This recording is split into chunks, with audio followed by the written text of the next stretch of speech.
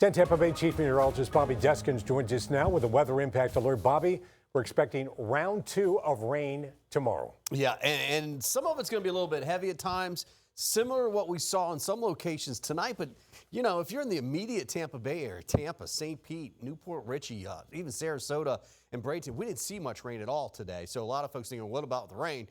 It was very heavy for inland locations. Now, we do have a weather impact alert now through tomorrow at 3 p.m. It'll start really tapering off after that. And it's not really severe weather, but there will be some instances of some heavy downpours. And, of course, there will be some thunderstorms in the mix. You can see it's starting to wind down a little bit now, but look at this line of thunderstorms here in northern Highlands County. That'll drift up towards southeastern parts of Polk. We'll talk about Avon Park area. But Wauchula, here comes some rain. That's going to be a really good downpour. And Lakewood Ranch still dealing with some rain. Now, eastern Pasco's had the rain. Western Pasco's been dry today. There's still some light showers there. And the northeastern part of Hillsborough, known as Sassa, up to Zephyr Hills and Pasco, and really up even over towards USF, we've seen quite a bit of rain, most of it earlier today. So this will start to taper off slowly overnight, and then that's round 1. Look at all the rainfall. Look how dry it was, by the way, along the coast. But look at some of these spots in here. Those are 3 to 4 inches plus of rainfall today. Perfect, just what our drought needed. Now, this doesn't even bust the drought, but we keep doing this every so often, and that will help us out. Now, that's round 1. That's what we're dealing with now. That is round 2. So the front is in the area. We were warm today. It helped spark these showers and storms. This moisture is riding along the front, and that'll come in before the sun gets up. In fact, right around sunrise, and we'll start to see more rainfall. So 74 out there right now. Did you notice the wind picked up just a little bit? It's bringing in some cooler air. Remember the fronts here.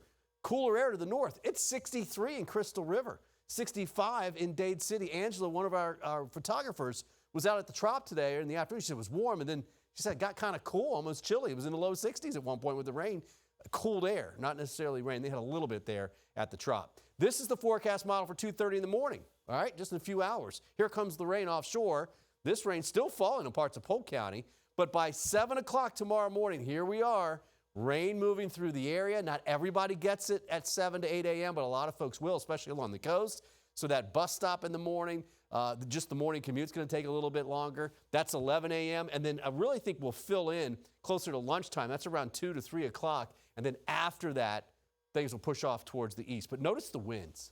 They are really going to start to pick up as we get into tomorrow. So weather impact alert through 3 p.m. That's the best timing for rain. After that, the evening commute does look drier, but the winds start to pick up.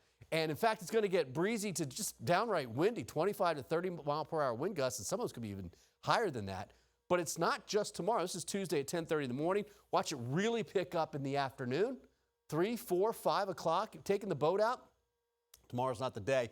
Wednesday's not the day either. This is tomorrow night at 10:30. The big numbers, sustained wind. The small numbers, the gust to 30. That's 3 o'clock on Wednesday afternoon. Let's go out to Thursday afternoon. Breezy again.